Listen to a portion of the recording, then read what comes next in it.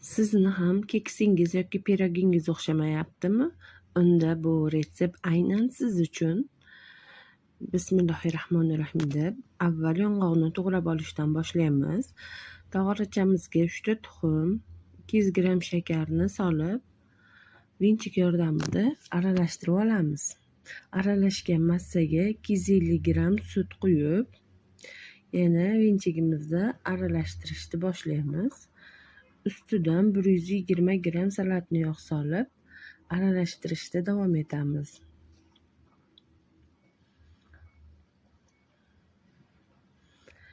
So'ng 400 gramm un, 1 choy qoshiqcha vanilin, 20 gramm razrahитель solib,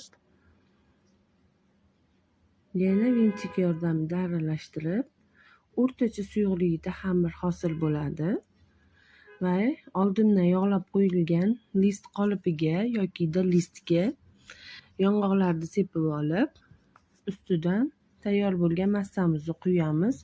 O'rta olovda 40 minutga pishirgani qo'yamiz.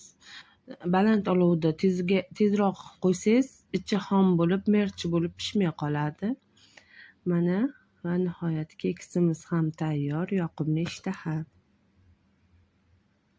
Sizga yoqqan bo'lsa like bosishni unutmang, hamda do'stlaringizga ulashib qo'ying.